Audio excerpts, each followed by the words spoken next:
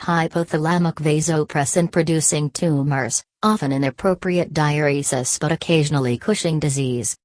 By ASA, Sylvia L., Izot, Shreen, Kelly, Daniel F., Kohan, Bechman, Takasumi, Yuki, Barkhodarian, Garni, Heaney, Anthony P., Ridout, Rowena, Chick, Constance L., Thompson, Lester Dr., Gentile, Fred, Meet, Oscar via the American Journal of Surgical Pathology, published ahead of print. Tumors of hypothalamic neurons that produce vasopressin are rare.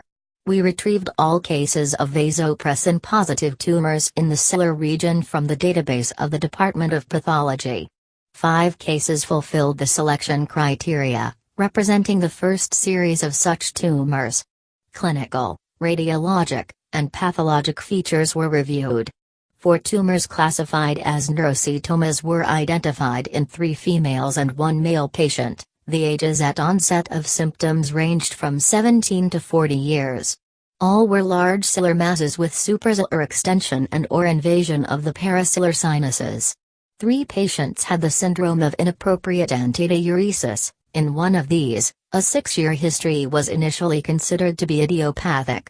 1 patient died of progressive disease, 3 had incomplete resections and are being followed. In contrast to these patients with neurocytoma, a 65-year-old woman had Cushing disease and a 0.8 cm mass that was completely resected at transsphenoidal surgery. This tumor was a gangliocytoma producing vasopressin associated with corticotroph hyperplasia. We postulate that the small amount of vasopressin secreted by this mature gangliocytic tumor was locally bound to corticotrophs, resulting in hyperplasia and Cushing disease, without sufficient overproduction to cause systemic effects of vasopressin excess. Hypothalamic neurocytoma is a tumor that can mimic pituitary neuroendocrine tumors and olfactory neuroblastoma but is distinguished by positivity for neurofilaments, none, and TTF1 and negative staining for adenohypophyseal biomarkers. Our cases illustrate that neurocytoma and gangliocytoma are 2 variants of tumors of hypothalamic neurons that can produce vasopressin.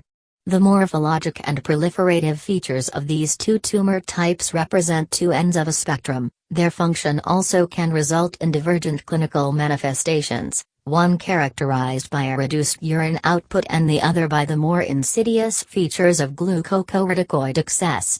Conflicts of interest and source of funding. The authors have disclosed that they have no significant relationships with, or financial interest in, any commercial companies pertaining to this article. Correspondence: Sylvia L. ASA, MD, PhD, Department of Pathology, University Health Network, Laboratory Medicine, and Pathobiology, University of Toronto, 200 Elizabeth Street, 11th floor, Toronto, Ontario, Canada M5G2S3, email, sylvia.asa@utoronto.ca. Copyright 2018 Wolters Kluwer Health Incorporated, all rights reserved.